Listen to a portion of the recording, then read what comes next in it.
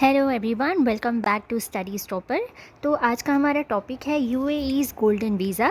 ये वहाँ का एक नया प्रावधान है जिसके तहत वो गोल्डन वीज़ा प्रोवाइड करते हैं कुछ कैटेगरी ऑफ लोगों को। तो चलिए इसके बारे में जाना जाए।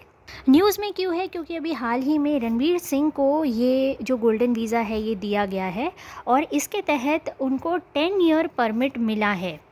इनके अलावा और भी ऐसे बॉलीवुड एक्टर्स एक्ट्रेसेस हैं, कुछ सिंगर्स भी हैं और रिनाउंड पर्सनालिटीज़ हैं जिनको ये वीज़ा दिया गया है।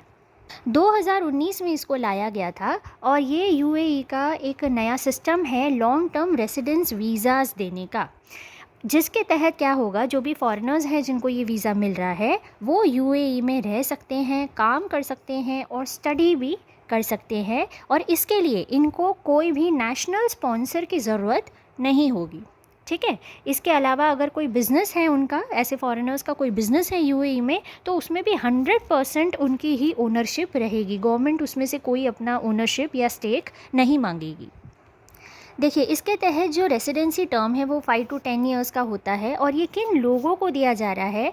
तो इन्वेस्टर्स हैं, एंटरप्रेन्योर्स हैं और ऐसे लोग जिनके पास आउटस्टैंडिंग टैलेंट है और अपने अपने फील्ड में जो बहुत ही अच्छा रिमार्केबल अचीवमेंट कर चुके हैं, ऐसे लोगों को ये वीज़ा वहाँ की गवर्नमेंट दे रही है। इसकी एलिजिबिलिटी रिक्वायरमेंट्स की बात करें तो कैटेगरी ऑफ पीपल के लिए ये डिफ़र करता है। जैसे इन्वेस्टर्स हैं तो इनके लिए थोड़ी सी लंबी लिस्ट है और इसके तहत एक बार जस्ट देख लेते हैं हम क्या क्या इसकी एलिजिबिलिटी रिक्वायरमेंट है। तो उनको डिपॉजिट करना पड़ेगा of at least 10 million Arab Emirates dirham का पब्लिक इन्वेस्टमेंट के रूप में, और या तो एक कंपनी में एज एन इन्वेस्टमेंट या फंड के रूप में। ठीक है, या तो पब्लिक इन्वेस्टमेंट करें या तो किसी कंपनी में इन्वेस्टमेंट करें। टोटल इन्वेस्टमेंट का जो 60% है वो रियल एस्टेट के फॉर्म में नहीं होना चाहिए।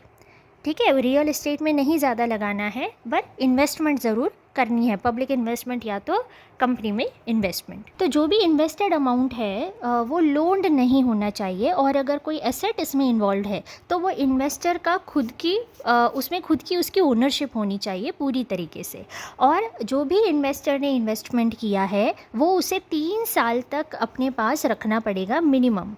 राइट, मतलब ऐसा नहीं है कि अभी इन्वेस्टमेंट किया और 1 साल बाद उसको बेच रहा है या उसको और किसी चीज़ में लगा रहा है। वो अपने पास ही रिटेन करके रखना चाहिए for a period of minimum 3 years. Investor चाहे तो अपने साथ बिजनेस पार्टनर्स को इंक्लूड कर सकता है, जिसके तहत हर पार्टनर जो है वो 10 मिलियन अरब एमिरेट्स दिरहाम को कंट्रीब्यूट कर रहा हो। राइट, और ये जो वीज़ा है ये इन्वेस्टर के साथ साथ उसके स्पाउस को, चिल्ड्रन को, उनको भी बहुत सारे बेनिफिट्स दे देता है। इसके साथ साथ एक एग्जीक्यूटिव डायरेक्टर भी वो अपने साथ रख सकता है और एक एडवाइज़र को भी रख सकता है। तो ये सारी चीज़ें तो किसके लिए हुई? इन्वेस्टर के लिए। अब इंडिविजुअल्स विद स्पेशलाइज्ड टैलेंट्स, इनकी अगर हम बात करें तो इसमें डॉक्टर्स, रिसर्चर्स, साइंटिस्ट, इन्वेस्टर्स नहीं आते हैं। ठीक है, इन्वेस्टर्स के लिए पहले वो क्राइटेरियाज थे। आर्टिस्ट आते हैं, तो इनके लिए और क्या क्या सुविधाएं होंगी? तो इनको 10 ईयर वीज़ा दिया जाएगा, जिसके तहत इनको रहने के लिए, वर्क करने के लिए और पढ़ाई के लिए भी, जैसे इनके बच्चे हैं तो ये वहाँ पे पढ़ सकते हैं इतने सालों तक, तो वो सुविधाएं उनको मिलेंगी। और ऑफ कोर्स ये जो वीज़ा है ये उनके स्पाउस और चिल्ड्रन तक एक्सटेंड होता है। इन 2 कैटेगरीज़ के अलावा एक और कैटेगरी है आउटस्टैंडिंग स्टूडेंट्स। अब ये आउटस्टैंडिंग स्टूडेंट्स की क्या डेफिनेशन है? तो ऐसे students with minimum 95% grade public या प्राइवेट सेकेंडरी स्कूल्स में जिनको मिला हुआ है वो इसमें आते हैं। और यूनिवर्सिटी स्टूडेंट्स जिनका जीपीए एटलीस्ट 3.75 हो ग्रेजुएशन के समय, ऐसे बच्चों को भी ये सुविधाएं दी जाएंगी। 5 ईयर वीज़ा के लिए क्या एलिजिबिलिटी है? तो जो भी इन्वेस्टर है उसको इन्वेस्ट करना होगा एक प्रॉपर्टी में जिसकी gross value 5 million Arab Emirates dirham से कम नहीं होनी चाहिए। एटलीस्ट उसकी जो वैल्यू है वो 5 मिलियन अरब एमिरेट्स दिरहाम की होनी चाहिए। और वही है, जो अमाउंट इन्वेस्ट किया है वो लोन पे नहीं होना चाहिए। और सेम पहले जैसा ही ये भी प्रावधान है कि जो भी प्रॉपर्टी ली है वो मिनिमम आपको 3 साल तक रिटेन करके रखनी ज़रूरी है।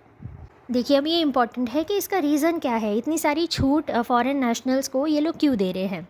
तो यूएई की जो इकोनॉमी है वो इस पैंडमिक के बाद काफ़ी हिट हो गई है और लो ऑयल प्राइसेस की वजह से जो बाहर के लोग हैं वो कंट्री को छोड़ कर जा रहे हैं वापस अपनी कंट्रीज़ में। तो ये जो मूव है ये ऐसे ही लोगों को अट्रैक्ट करने के लिए है ताकि वो लोग वहाँ पर आए, रहें, काम करें, पढ़ें, तो उनकी इकोनॉमी को इससे कंट्रीब्यूशन होगा और जो भी टैलेंटेड पीपल और ग्रेट माइंड्स हैं उनको रिटेन करके उस कंट्री में रखा जाए। तो इसीलिए ये सारी छूट दी जा रही है।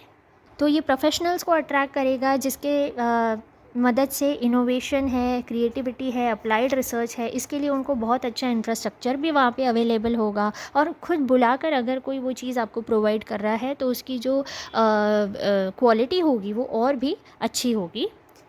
तो इंडिया के लिए क्या सिग्निफिकेंस है, तो यूएई में इंडियंस काफ़ी भारी मात्रा में सेटल्ड हैं, बहुत से लोग वहाँ पर काम करने जाते हैं। तो इससे क्या होगा, ज़्यादा से ज़्यादा इंडियन प्रोफेशनल्स और बिजनेसमैन को अट्रैक्ट करने में वो लोग कामयाब होंगे, जिसके वजह से हमारे जो रिलेशंस है यूएई के साथ वो तो और बेहतर होंगे ही। इसके अलावा जो इंडियंस वहाँ से वापस इंडिया में लौट आए हैं उनके रिटर्न के लिए थोड़े रास्ते और खुल जाएंगे और ऐसे इंडियंस हैं भी जो यहाँ पर आ गए हैं और ये भी चाहते हैं कि वापस वहाँ पर जाकर उनका जो भी काम था वो रिज्यूम कर पाएँ, क्योंकि कोविड के बाद वो बहुत ही बुरी तरीके से अफेक्ट हुआ है। तो इसीलिए हमारे लोग भी ये चाहते हैं कि वापस वहाँ पर जाके अपना जो भी वो काम कर रहे थे उसको फिर से शुरू किया जाए। और इस चीज़ के लिए इंडिया ने गल्फ़ कोऑपरेशन काउंसिल में रिक्वेस्ट भी की थी कि जल्दी से जल्दी जो एटमॉस्फेयर है, एनवायरनमेंट है वहाँ का ठीक किया जाए ताकि लोग अपना काम फिर से शुरू कर पाएँ। ऑलराइट फ्रेंड्स, तो ये थी हमारी डिस्कशन। हम मिलेंगे किसी और टॉपिक या इशू के साथ। Till then keep preparing. जय हिंद।